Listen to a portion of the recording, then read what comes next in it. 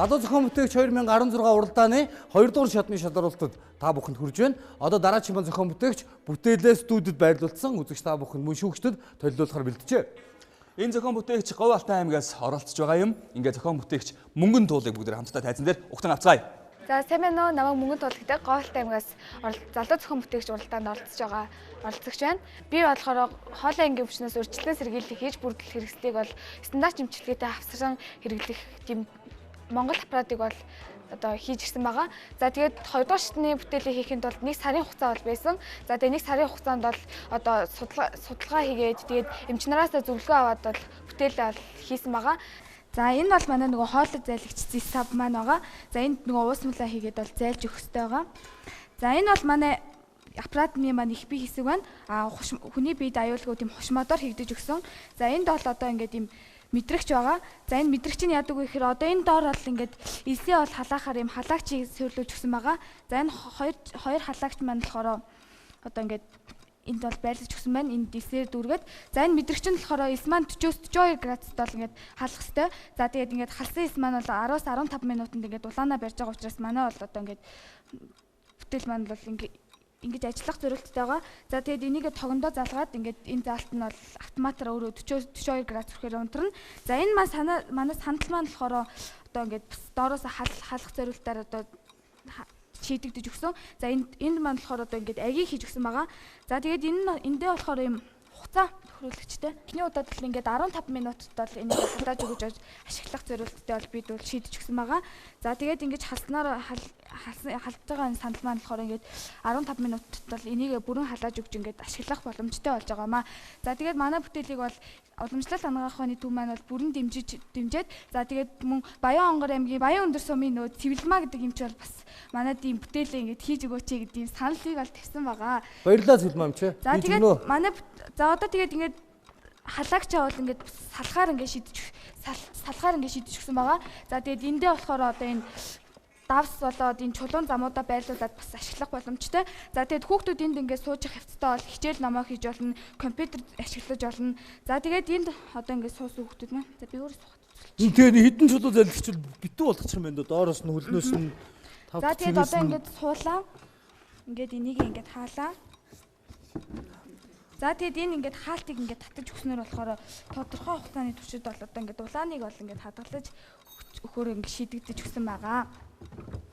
За тэгээд одоо ингээд жирийн нөхцөл бол энэ дотор бас ингээд юмнуудаа хийгээд байршуулах зорилттой. За тэгээд сандлаа ингээд тусдаа ингээд бас аваад ашиглах боломжтой. Ингээд энэ хоёроо бас хамтдан ашиглах юм боломжтой. Эрхэм үзэгчдээ манай залуу зохион бүтээгч нэвтрүүлгийн 2 дугаар шатанд оюутлахын, аюулгүй ажиллагаа, эрүүл мэнд, байгаль орчны хариуцсан ахлах мэрэгжилтэн бидний урилгаар ирсэн байгаа юм. Таныг бүтээлтэй танилцахыг хүсэж байна. Тайзан дээр урьж байна. Аюулгүй байх талаас нь гэвэл нэлээд сайжруулах юмсууд бол харагдаж байна л та. Тэгээд жишээ нь цахилгаан дээр байна, бүх холболт, цахилгааны холболт, монтаж энэ дотор байгаа зүйлсүүд бүгд ил байна л та. Тэгээд нөгөө чиг халууны тусгай стандартууд байдаг л та. Тэрний зориултын дотгош байгаа нэвтрүүлдгүүд тийм цахилгааны кабель болон холболтууд, арзетгүүд энэ төр байдаг. Тэгэхээр тэрийг ашиглах шаардлагатай. За баярлалаа. За уучлаарай. Яг одоо нэг эмчилгээ хийж явах тохиолдолд яг одоо энэ төхөөрөмчөнд ороо суухаараа одоо жишээ нь цаг хугацааны үед л яах вэ? Хэдэн минут суух вэ энэ дотор? Элс маань л ингээд 10-15 минутанд бол ингээд одоо халуунаа барьж байгаа. Тэгээд энэ хугацаанд бол ашиглах боломжтой гэж үзэж байгаа. Тэгээд эмчнараасаа бол яг ингээд асуугаад үзэхэд бол заавал тийм тодорхой хугацаа бол байх албагүй. За тэгээд 10-15 минутаа бол ингээд одоо хангалттай энэ аппаратыг ол тэгж ашиглахад бол хангалттай гэж үзэж байгаамаа.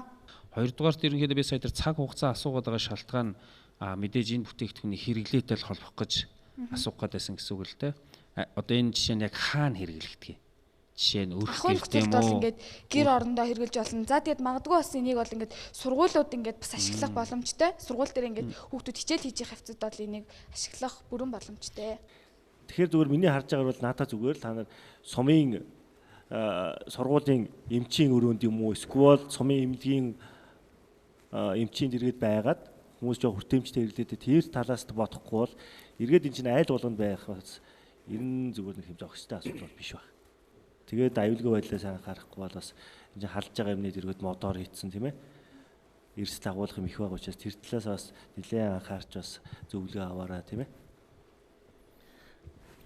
За цогцлон шүүгчтэй гэх юм байна уу? Би бол харин зүгээр маш энгийн өөр хэлбэрээр хийв зүгээр. Энэ бол арай л нэлээд нүсрэл харагдчих. Тэгээ сууж мохот бол нэг хөвтөйг биш л харагдаж байна.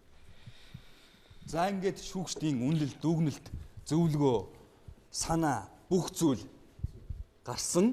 Ингээд гэрэл асаж үнэлгээ гаргах цаг ирлээ.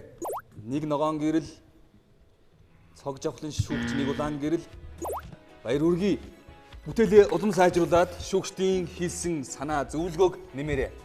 Ингээд 3 дахь шатны бүгдээр уулзцгаая.